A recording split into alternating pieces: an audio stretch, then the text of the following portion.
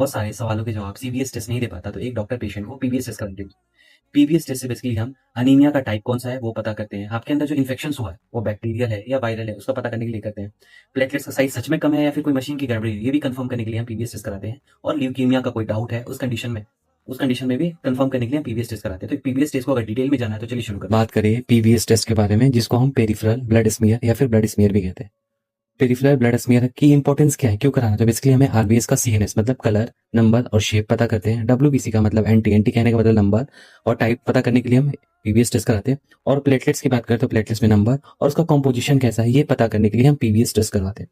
PVS कब किया जाता है तो उसको याद करने की ट्रिक है, थका, बच्चा, पीला ब्लीड, नोज ब्लीड, स्प्रिंग वाले बैंक कैम में। मतलब थका का मतलब बहुत ज्यादा थकान हो रही है तब आपका पीवीएस टेस्ट कराना होता है। बहुत ज्यादा कमजोरी महसूस हो रही है तब पीवीएस टेस्ट कराना होता है। बच्चा का मतलब बार बार फीवर आ रहा हो तब हम पीवीएस टेस्ट करा सकते हैं। चक्कर आ रहे हैं तब उस कंडीशन में एक डॉक्टर पीवीएस टेस्ट कराने के लिए बोलते हैं। पीलिया मतलब जॉन्डिस के केस में भी पीवीएस टेस्ट कराते हैं। ब्लीड कहने का मतलब जब आपकी अनकंट्रोल ब्लीडिंग होती है उस कंडीशन में भी हम पीवीएस टेस्ट कराते हैं। जब नाक से खून आ रहा है उस कंडीशन में पीवीएस टेस्ट कराना होता है। स्प्लीनोमेगाली के केस में, मलेरिया के केस में, बोन मैरो डिजीज के केस में और आपका ब्लड का कैंसर हुआ उस कंडीशन में भी हम पीवीएस टेस्ट करते हैं। केम का मतलब कीमोथेरेपी मॉनिटरिंग के लिए हम दैट इज पीवीएस टेस्ट करते हैं। अगर बात करें पीवीएस किन बीमारियों में हेल्पफुल होता है तो उसको याद करने का तरीका है मैड महिला मतलब